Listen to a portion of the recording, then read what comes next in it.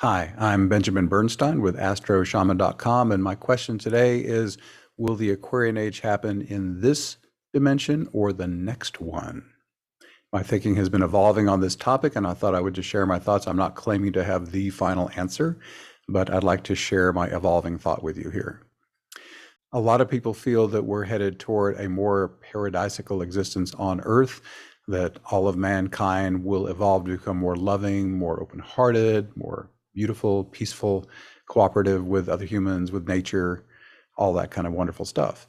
And no one would love to see that more than I would, and I do hold it as a distinct possibility for us. In fact, as I studied into my 2022 forecast and then looked ahead into the coming years, I saw an extraordinary aspect pattern, a mini grand trine, a little trine with two sextiles with Uranus, Neptune, and Pluto, the three outer planets. And that has all kinds of amazing possibilities of paradisical realities on Earth. But it's not a guarantee.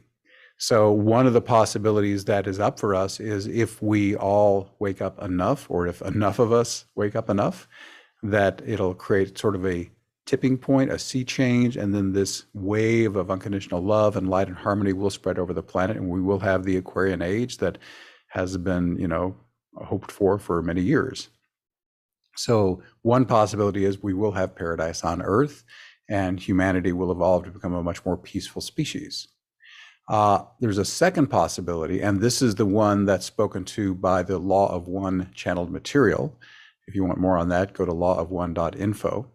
And this teaching resonates with me with a great deal of truth. I'm not claiming to believe every word of it, but their premise, according to this very high being that is being channeled in these channelings, that Earth is not designed to be a paradise at all. Earth is only here so during the relatively brief time that we're incarnating as humans on this planet, we will make a choice between service to other or service to self. Service to others simply means you're a little bit more concerned with others than yourself. Service to self means almost entirely self-focused. This teaching says you can graduate either way to move on to higher densities or levels. But the choice you make here determines what you experience for the next several billion years of higher incarnations into forms that are more ethereal than the human experience.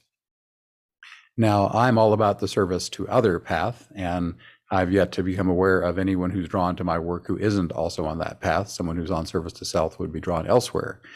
But if you're on a service to other path, what happens according to this Law of One teaching is that when you do get to that 51%, then you have to end the incarnation, you physically die, and then your soul starts walking up this staircase of light. And every step up is a little bit more intense spiritually. In other words, every step up has more of that intensity of the creator in it. And you can only walk up so many steps, and eventually you get to the highest step you can get to, and you literally cannot ascend to the next step. It's just too intense. You just can't go there. It's like a force field almost. But you've just gone as far as your vibration will hold. And if you're still in a third density step, which is the Earth level, then you reincarnate on Earth again. And if you made it up to a fourth density level, then you're done with your third density incarnations. You can go to the next level. And from what I understand about what Law of One describes about fourth density, which is in many ways beyond our human comprehension, as I said in an earlier video, a level cannot comprehend a level beyond itself. But the basic idea is we still have individual forms. They're kind of physical, but they're more ethereal than they are here. And this fourth density is a level where you master unconditional love. And not only do you have individual awareness, each being there is a cell in the planetary brain. And so you're also sharing literally a planetary consciousness with the other beings. And all this much longer round of incarnations in this level. Earth apparently is by far the briefest period that a soul spends going through all these different levels. You're mastering the subtleties of unconditional love, which sounds awesome to me. So a second possibility, again, the first was we'll have the actual Aquarian Age here on Earth, and Earth itself will be the paradise. Second possibility, we don't get it on Earth because it's not designed for that. That is not the purpose of Earth, since if Law of One is correct, it's only here, so we'll make the choice between service to other and service to self. But then we get to that service to other, and then we can move into fourth density, and then we can have this awesome, possibly multi-billion year round of incarnations, mastering the subtleties of love and light. I'm not going to get into what's beyond fourth density. That's beyond the scope of this video. But if you want to learn more, the lawof1.info site, which contains all these channelings for free, or you can, get it as books or audios or whatever, is fascinating material.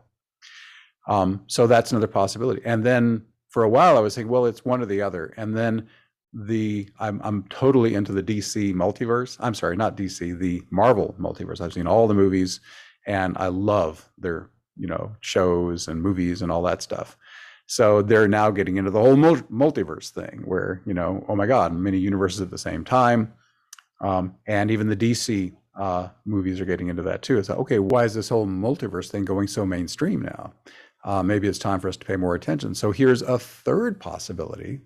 Since there are, according to this theory, pretty much an infinite number of alternate universes we could go, maybe the belief we have determines which of those realities we experience. If it is an either or, if the golden age is coming and it's either going to happen here on Earth or it's going to happen after you die and go to fourth density, maybe if you really hold the conviction that it's going to happen here on the physical Earth, that will be the reality. And maybe you, if you're not already in such a universe, will subtly slip into another universe where that's true. Then that will be your reality. And you can slip into a different multiverse and not even know it.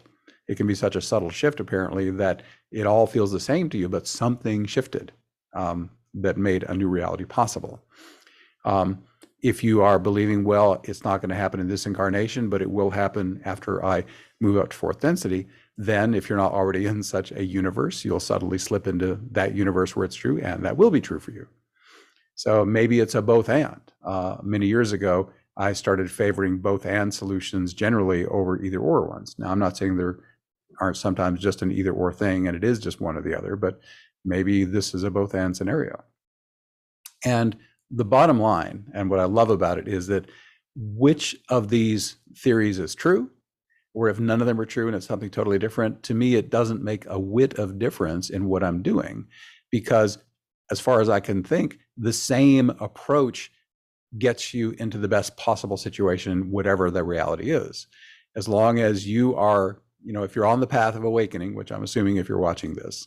So if you, like me, are following the strategy, I just want to keep awakening level by level because it's an infinite progression pretty much. And I'm doing what I can to be as deeply awakened as I can. If I'm integrating it into my physical life, so awakening is not just an escape from the horror of my normal life, but the awakening infuses into my body and everything that I am, and it keeps upgrading my daily human experience.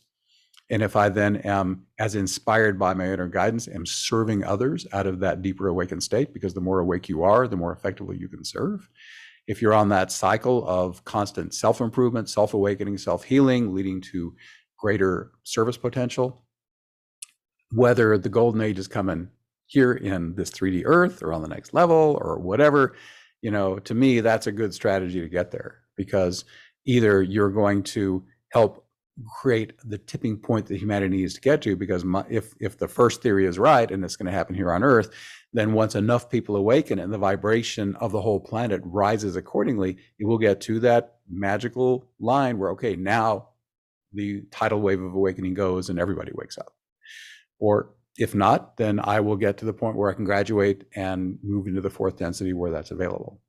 So the same strategy of constant awakening, constant shadow work, self-healing, service to others as intuitively guided from within, I think that path would get you to the right solution either way. So for what it's worth, those are my current speculations on how that's going to come down. And my thinking may change in the future. It often does. But as of today, which is what? December 16, 2021, that's my current thinking. I hope that's helpful in some way. If you're inspired to work with me, my website is astroshaman.com, and you can work with me doing astrology, shamanic healing, awakening activation. I do internal family systems therapy, inspired work. I have this online membership called Awakening Plus, which can powerfully support your own healing and awakening and service to the Great Awakening at extremely low cost. So you can check that out by going to astroshaman.com, services, and then the last pull down item is the Awakening Plus membership. So check that all out if you're interested, even if you do or don't. I'm so glad you took the time to watch this, and I hope it has been helpful to you in some way. I wish you infinite blessings.